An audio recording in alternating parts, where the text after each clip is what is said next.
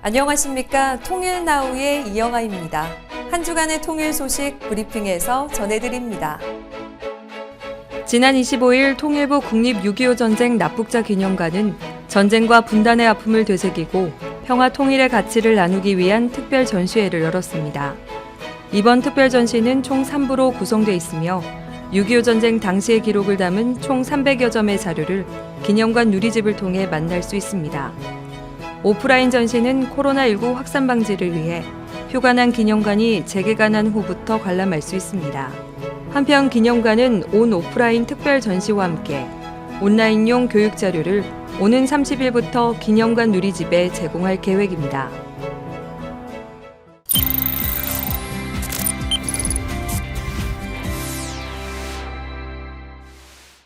여러분은 혹시 북한 스마트폰 보신 적 있으신가요?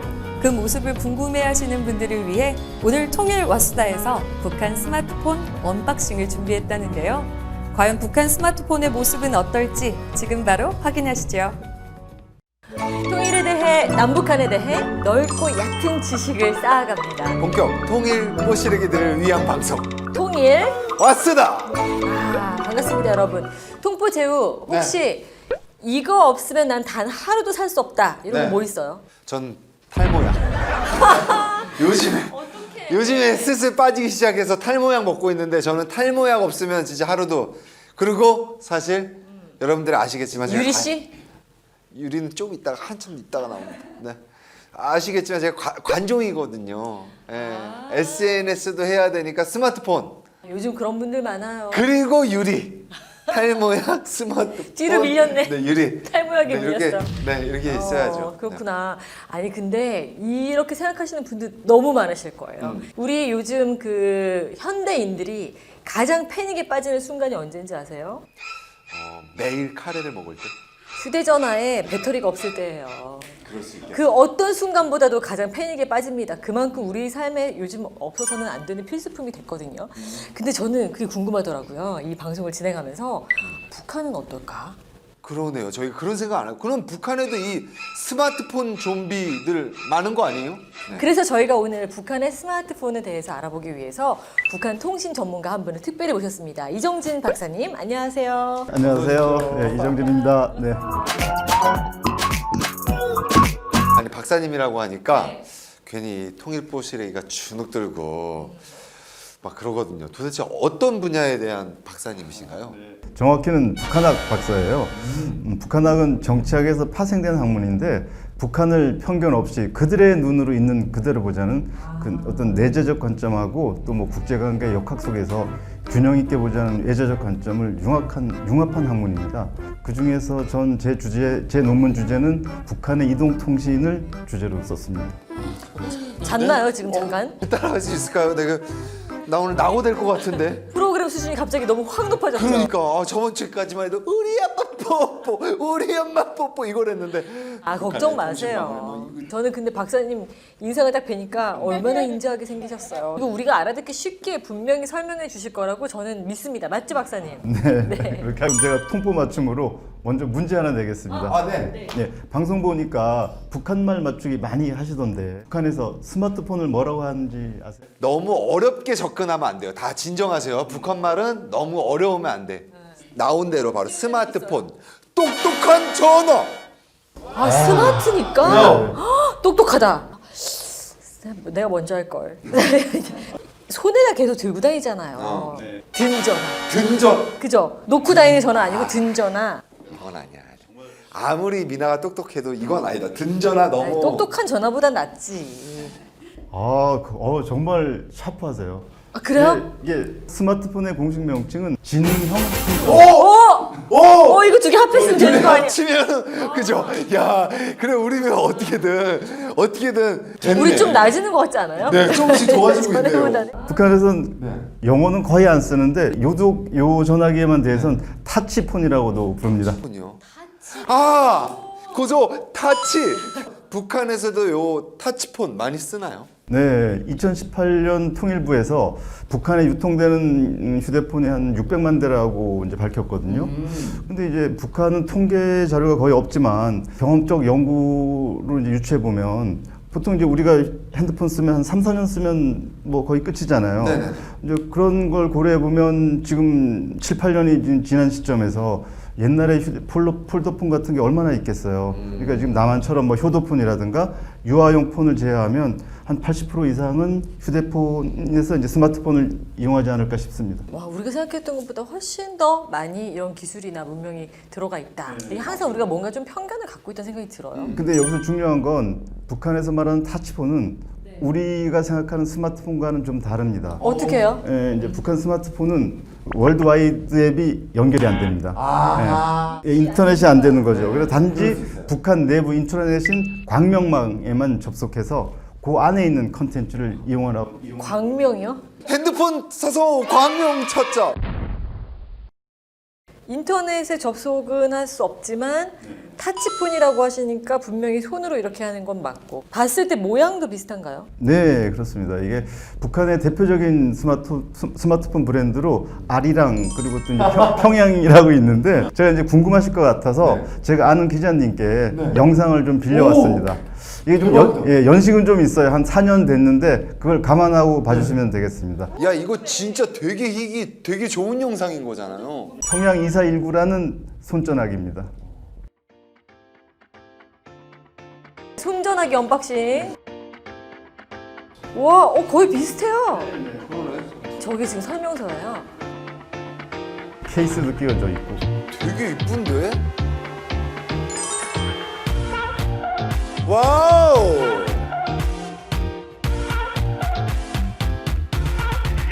게임 있어. 잠깐, 나 게임 본 거 같은데?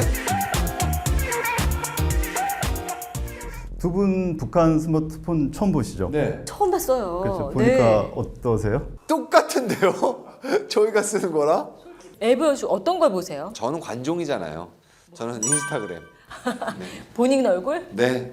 그리고 저는 대부분 배달의 민족. 북에서는 어떤 거가 가장 인기가 많은지. 네, 대표적인 몇 가지를 말씀해드리면 이제 나의 길동무. 잠시만요. 나의 길동무. 뭔 거 같나요? 길 찾아주는 거? 아, 쉽다. 이건 내비게이션. 그다음에 머리 바꾸고 화장시켜주고 뭐 피부 잡티 없애주는 얼굴 단장 앱이 있어요. 봄의 향기라고 하고요. 얼굴 찍은 거 보고 거저 봄 향기 했구만. 그냥 얼굴이 아니야. 그다음에 이제 요리 정보 앱인 류요리 세계가 특히 인기가 많다. 류요리 세계입니다. 우리도 그런 거 있잖아요. 왜 유명인들이 만들어 놓은 앱을 보면서 막 따라하고 이러는데 거기도 류요리 세계를 보면서 요리도 하고 많이 이용들을 하신다는 거죠. 그리고 또 이 스마트폰 하면은 남성분들은 뭐니 해도 게임이죠. 아까 보니까 이런저런 게임 같은 것도 있던데 정말 북한에서 뭐 장기, 바둑 그런 거만 하는 건 아니겠죠? 아, 아닙니다. 제가 또 성구가 게임 좋아할 것 같아서 준비한 게 있습니다. 평양 2419보다는 그 이전에 출시된 그 아리랑 151에 탑재된 게임이 있습니다. 자동차 경주 1.7이라는 레이싱 게임 한번 보여드리겠습니다. 오, 자동차 고르고 저는 이 차가 마음에 들어요. 유희 선택. 교회를 가보면 좋을 것 같아요. 교회. 와, 신기하다. 빠라바바밤빰. 오, 여기 배경이 북한인가? 와, 대형 사고인데. 심장 쫄깃쫄깃하고 재밌는데요? 왜 한국에도 이런 어플리케이션을 저도 얼마 전까지 레이싱 게임 받아갖고 되게 이거 재밌게. 완전 클래식 아니에요? 레이싱 게임은? 층이 어떤 층이에요? 그러니까 나이로 보면은 젊고 학생층이죠. 젊은 어린 친구들이 많이 합니다. 제 생각에는 이 스마트폰에 푹 빠져서 고전할래 밥 먹으라. 어머니 조금만 고무총 몇 번만 더 쏘고 하겠습니다. 오늘 보여주신 이 타치폰 4년도 더 된 제품이라고 하셨는데 그러면 최근에 지금 쓰고 있는 그 휴대전화들은 훨씬 더 좋은 버전일 가능성이 높은 거죠? 네, 뭐 평양 2416 또 2428 등 후속 모델들이 지속적으로 출시되고 있고 또 아까 보셨지만 기능도 뭐 무선 충전, 얼굴 인식 등 점점점 발달하고 있는 상황입니다. 평양, 아리랑 이런 이름들이 붙는 거는 북한에서 다 만든다고 보면 되겠군요. 예, 초기에는 중국, 대만 등에서 부품 수입해서 조립하는 방식이었는데 사실 이제 국제 제재가 오랜 동안 이루어져 있거든요. 그렇게 해서 또 이제 애국가 교역이 차단된 상태인데도 계속 단말기들이 나온단 말이에요. 그런 걸 볼 때 자체 기술을 계속 개발하고 네. 그 범위를 확장시키는 그런 다양한 시도를 하고 있는 것으로 추정됩니다. 아, 그럼 이미 예전부터 그 기술에 대한 연구를 했겠어요. 네, 그렇죠. 저는 또 궁금한 게 우리 요즘에 쇼핑하러 어디 안 나가고 그냥 방구석에서 그냥 핸드폰을 다 사버리잖아요. 너무 얘기하고 싶죠? 네. 참으세요. 오늘은 여기까지입니다. 북한에서도 이렇게 온라인 쇼핑을 하나요? 요거는 다음 이 시간에 아, 그래요? 저희가 오늘만 하고 보내드리긴 너무 아쉽기 때문에 우리 박사님을 그러니까 우리가 좋은 다음 분은 시간에. 뽕을 뽑아 먹자고. 다음 이 시간에 또 우리 박사님을 모시고 저희가 이 이야기를 해보도록 하겠습니다. 다음 주에도 날래 보러 오시라요. 와 제대로다. 또 안 되겠다. 썸네일 나왔어. 배워 빨리. 평화 공존 번영을 주제로 한 제2회 평창국제평화영화제가 지난 18일 화려한 문을 열었습니다. 코로나19 상황 속에서 철저하게 지침을 준수했다고 하는데요. 국내 영화계 인사들이 총출동한 영화제 속으로 함께 가보시죠. Thank you to Pyeongchang International Peace Film Festival for selecting my film. I'm very honored. Of course, because of the virus, I will not come to Pyeongchang. Too bad. I am sorry I cannot be with you in this really tough time that the world's going through right now. But I am hoping that this time brings the world together more so than anything else. I believe in the cinema. I believe that cinema can help. Peace, we need peace and collaboration.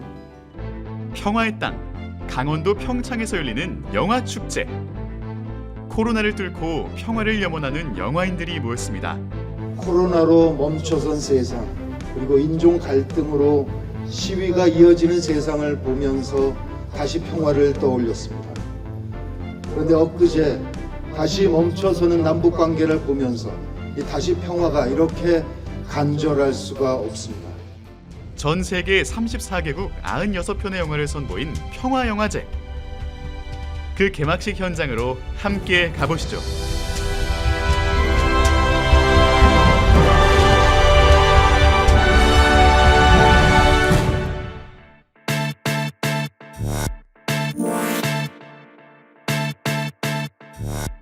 강원도 평창이 오랜만에 떠들썩해졌습니다. 올해로 제2회를 맞이한 국제평화영화제 때문입니다. 작년 개막식 사회를 맡았던 영화배우 조진웅 씨를 비롯해 정지영, 이준익 감독 등 영화계 인사들이 영화제를 찾았는데요. 당초 참석을 약속했던 외국 손님들은 아쉽게도 불참하게 됐지만 국내 손님들이 그 자리를 알차게 채워줬습니다. 코로나 때문에 객석거리도 안전하게 띄운 채 진행된 개막식. 저녁 8시 영화배우 박성웅 씨의 진행으로 평창국제평화영화제에 막이 올랐습니다. 올해 영화제의 슬로건이 다시 평화인데요. 2회를 맞이한 평창국제평화영화제는 말 그대로 평화를 되찾기 위한 다시 평화를 위한 노력이 아닐까 싶습니다. 개막 축하 공연은 기생충 음악 감독으로 유명한 정재일 감독과 박수나 가야금 연주자가 장식했습니다. 이 음악은 북한 교향곡인 압록강과 우리나라 최초의 창작 가곡인 내 고향을 이별하고를 테마로 정재일 감독이 영화제를 위해 특별히 창작 연출한 곡이라고 하는데요.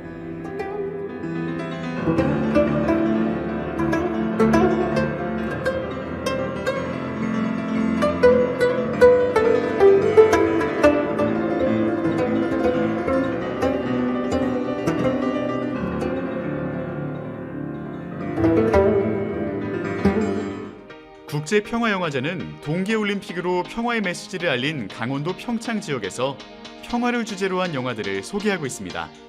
작년의 평창영화제는 도전이었고 올해는 모험이었습니다. 그러나 이곳에 모여서 이 영화제를 하는 이 시간들, 저희의 염원들이 북으로 그리고 세계로 향해서 그 에너지로 평화의 세상으로 바꿀 수 있을 거라 믿습니다. 다른 영화제와 다른 것은 남북이 마음의 거리를 좁힐 수 있는 특별한 전시가 많다는 건데요. 올해는 남북 정상이 분단 후 처음으로 손을 맞잡은 6.15 남북 공동선언 20주년 사진전이 열리는가 하면 개성공단의 노동보조물자를 주제로 한 이브록 작가의 로보다방 잡화점과 북한 사람들의 생활 문화를 경험할 수 있는 북한 생활 전시도 관람객들의 눈길을 끌었습니다. 평화라는 게 어떻게 보면 좀 무겁기도 한 주제일 수도 있는데요. 그냥 손에 손 잡고 약간 좀 가볍게 접근할 수 있는 게 또 평화라고 생각을 합니다. 하지만 영화제의 중심은 역시 영화겠죠? 국제 평화 영화제에서만 볼 수 있는 것이 있습니다. 바로 평양 시네마 섹션인데요. 우리가 평소 접할 수 없었던 북한 영화를 만날 수 있습니다. 올해는 애니메이션 금강산 8선녀를 포함해 총 5편의 북한 영화가 소개됐습니다. 사람들은 다양한 영화를 통해 평화에 대해 다시 한번 생각해보는 시간을 가졌습니다. 저희가 분단 국가이기도 하고, 그리고 이 평화라는 게 뭐 한반도의 평화만이 아니라 그냥 국제적으로도 일어나고 있는 많은 일들에 대한 평화를 뜻한다고 생각하기 때문에 그냥 포괄적으로 생각을 했습니다. 미래 아이들 물려줄 수 있는 자산이 남북 통일이라고 생각하는데, 우리 지금 기성세대들이 그걸 물려주지 못하면 미래 아이들이 살아가는데 많은 그 고통을 받지 않을까 생각합니다. 영화를 통해 평화를 보고 듣고 체험한 일주일. 그렇게 제2회 평창국제평화영화제는 막을 내렸습니다. 내년엔 영화 속 평화가 아닌 영화 밖 평화가 실현되어 남북이 함께 영화제를 개최하는 날이 오길 기대하겠습니다. Peace. Peace. Peace. Peace. And that's a wrap.